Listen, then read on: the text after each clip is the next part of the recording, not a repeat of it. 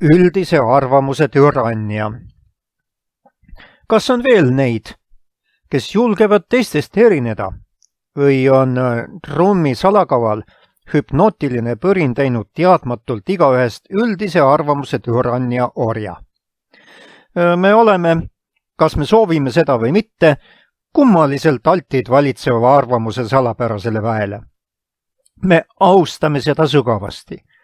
Me oleme kütkestatud selle võimest inimmeelt aheldada.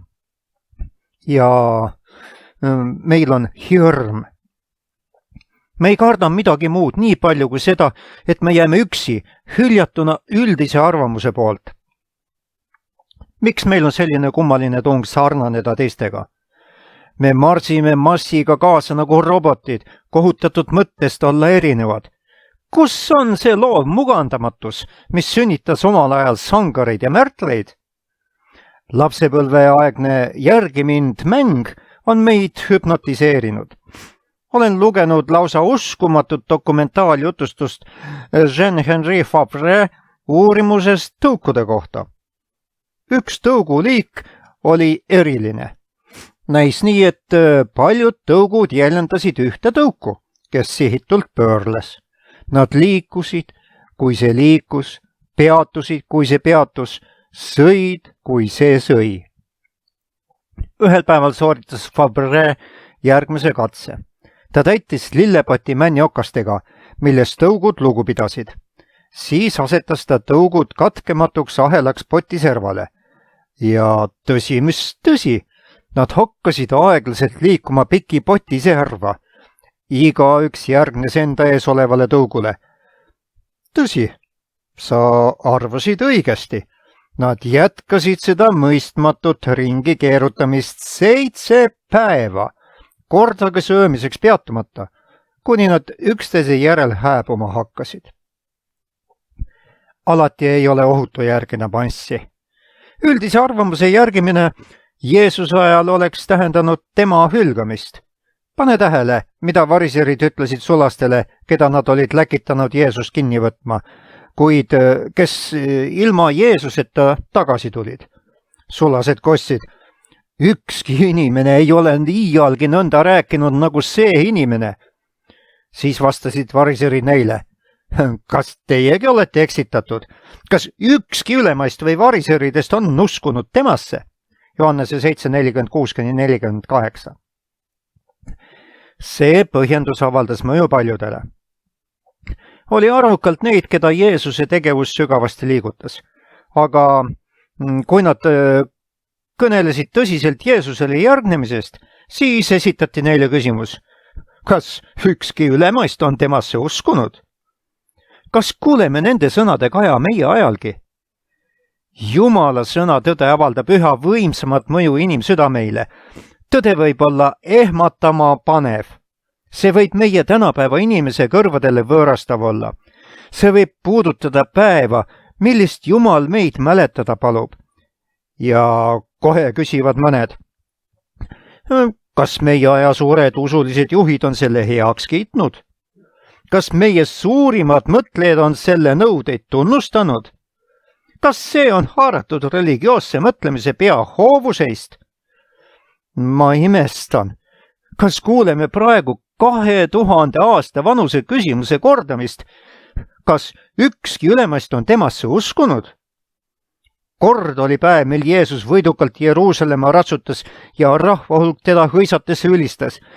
Kui kiiresti aga muutus arvamus?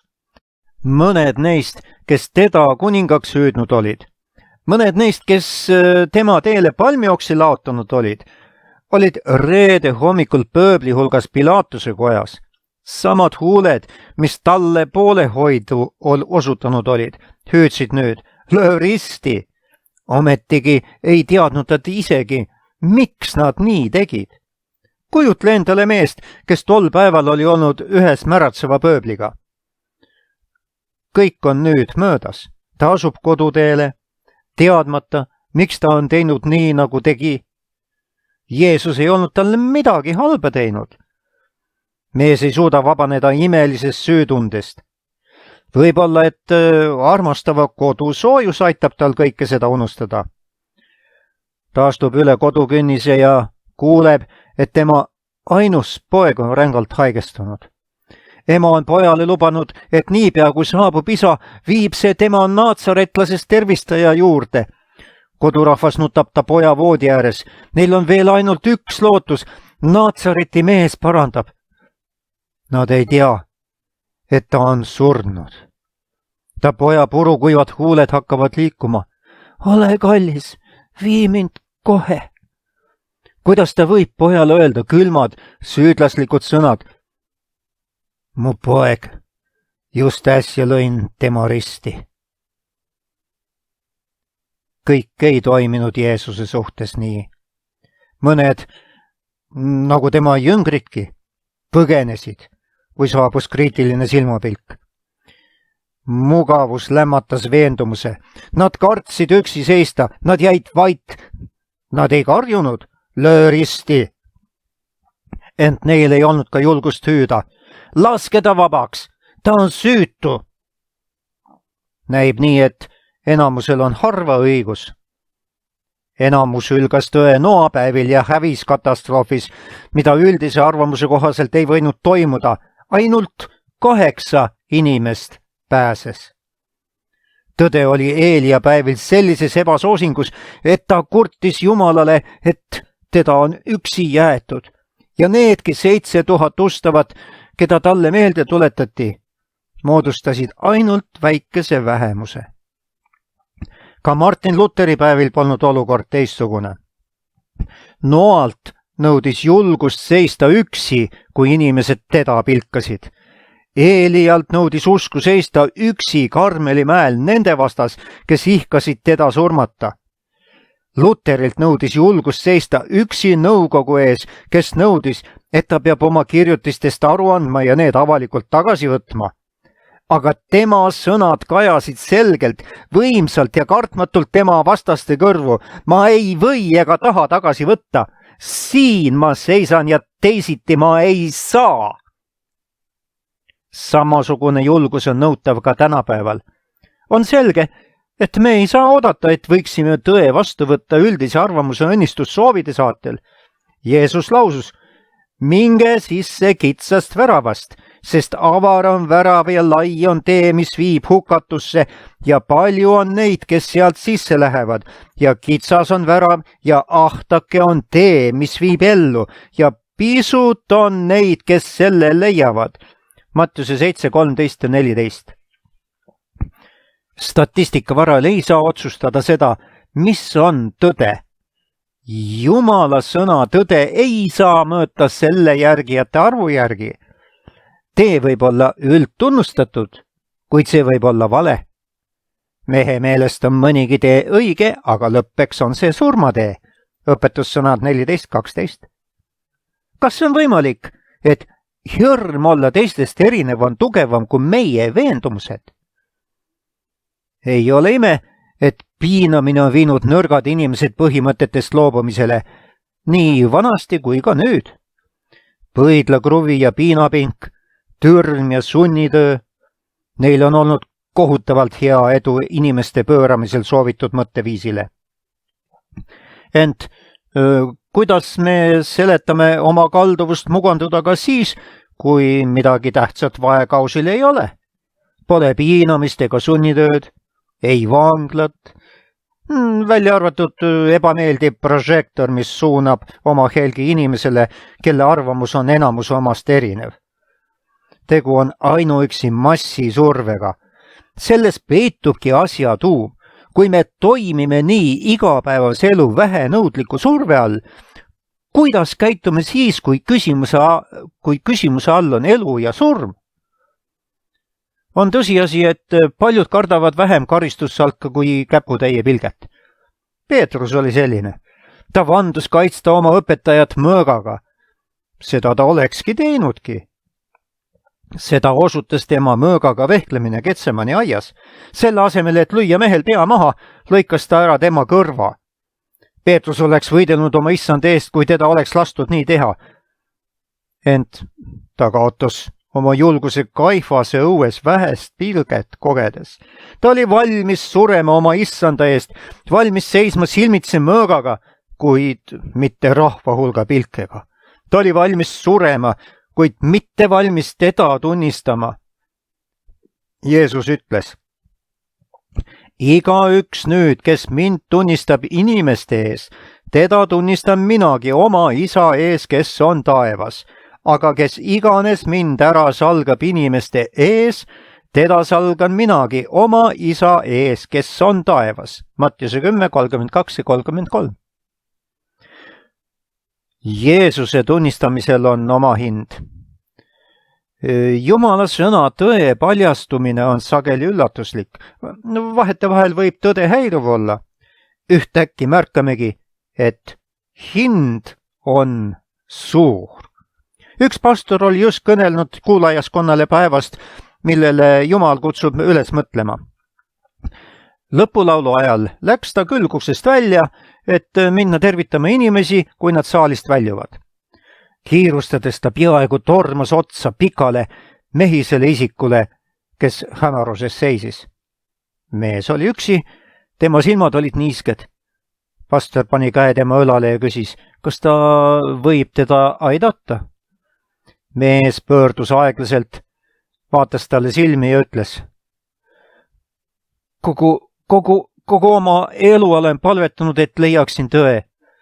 Mulle ei tulnud aga kunagi meelde küsida Jumalalt selle hinda. Tõe eest tuleb sul maksta, kuid tõde väärib oma hinda. Henry Thoreau, põikpäine individuaalsuse pooldaja 19. sajandil, ütles kord: kui inimene ei püsi kaaslasega ühes taktis, siis johtub see ehk sellest, et ta kuulab teist trummilööjat. Ta astub selle muusika taktis, mida tema kuuleb, olgu see ükskõik millises taktimõõdus ja kui kauge tahes. Mäletad, et kuningas Nebukadnetsar püstitas suure kuldse kuju tuuraorgu, veenmaks ennast ja teisi, et tema kuningriik on lõppematu. Kõik pidid kuju kummardama ahju viskamise ähvardusel. Kõlasid muusikahelid, rahva hulk langes silmile maha, kuid 3 meest seisid püsti. Nad kuulsid ühte teist trummilööjat. Nende trumm lõi: sul ei tohi olla teisi jumalaid minu palge kõrval. Sina ju tead seda lugu. Neid heideti tulisesse ahju. Jumala poeg käis nendega koos leekides ja nad väljusid ahjust ilma kõrbelõhnata. Kuidas toimid sina, kui sa kuuled muusikahelisid? Kui kuuled rahva poolt soositud trummide hüpnootilist trommeldamist, kui enamus nõuab Jumala hingamispäeva asendamist inimeste poolt seatud hingamispäevaga, kas sa siis kummardad? Või kuulad sa teise trummilööja lööke, kes sulle meelde tuletab: 7. päev on hingamispäev. Kui orkestrid mängivad ja rahvamass karjub: kummardage, kummardage, kummardage, on tarvis julgust, et end trummide hüpnootilisest türanniast lahti rebida ja seista üksi. Jeesus seisis üksi. Kõik kurjuseväed ümbritsesid teda tol ööl Getsemanis. Jüngrite magamine vaid suurendas tema kiusatust jätta inimene surema tema pattudes. Jeesus oleks võinud jätta inimese tema saatuse ohvriks. Kes oleks võinud teda selle pärast hukka mõista? Kuid tänu Jumalale, et ta ei teinud seda, ta jäi oma otsuse juurde päästa inimene ükskõik mis hinnaga. Siis tuli rahva hulk. See vaevas teda läbi tolle kohutava öö ja sellele järgnenud sünge päeva.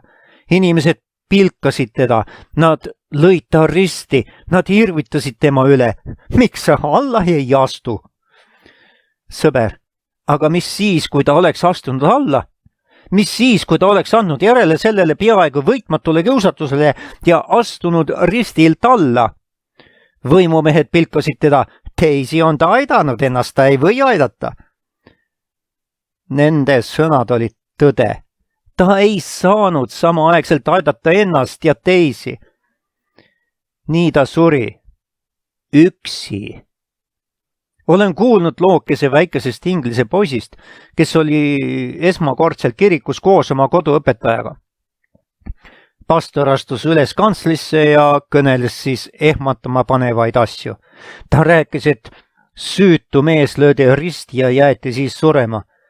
See on kohutav, mõtles poiss, see on väär. Kindlasti astuvad inimesed vahele. Kui ta vaatas end ümber, ei näinud ta kellegi näol muret. Nad ootavad kindlasti kirikuteenistuse lõppu, arvas ta. Siis teevad nad kindla peale midagi asja parandamiseks. Ta astus kirikust välja, mõtted ikka sama asja juures ja ootas, mida rahvas tegema hakkab. Koduõpetaja aga ütles talle, ära võta seda südamesse, mõni arvab, et sa oled natuke koputada saanud. Väheke koputada saanud? Kui oled rahulolematu ja vapustatud ebaõiglusest, väheke koputada saanud, kui oled mõjutatud nii kurvast jutustusest, väheke koputada saanud, kui tunned kaasa ja tahad aidata. Milline on sinu seisukoht? Kas tahad rahvamassist välja astuda? Kas sa soovid vabaneda üldise arvamuse lummusest? Kas sa soovid julgust üksi seista? Jumal tahab kinkida sinule julguse. Sa saad Golgata risti võrratu väe osaliseks, kui sa Martin Lutheri taoliselt julged toimida südame tunnistuse kohaselt ja järele mõeldud veendumuses otse ütled, siin ma seisan ja teisiti ma ei saa. Hea sõber, veel mõned isiklikud sõnad. Kui see kiri oleks poliitloeng, võiksid rahulolevalt tõdeda. See on huvitav. Olen tõepoolest saanud uut teavet. Ja kõik oleks sellega hästi. Ometi usun, et küsimused, mida oleme vaaginud, toovad inimese kõige tähtsama otsuse juurde. Küsimus on Jumala poole asumises. Tõe teadmine ei ole piisav. Selle kohaselt tuleb toimida. Päästepaadi olemasolust lugupidamine ei ole küllaldane. Sellesse tuleb astuda. Mina olen teinud otsuse. Olen leidnud siiraste kristlaste rühma, kes soovivad teenida Kristust loojana ja austada päeva, millele Jumal kutsub üles mõtlema. Neid tuntakse 7. päeva adventistidena. Nende jumalateenistusruumid on avali igal hingamispäeval. Oled südamest teretulnud.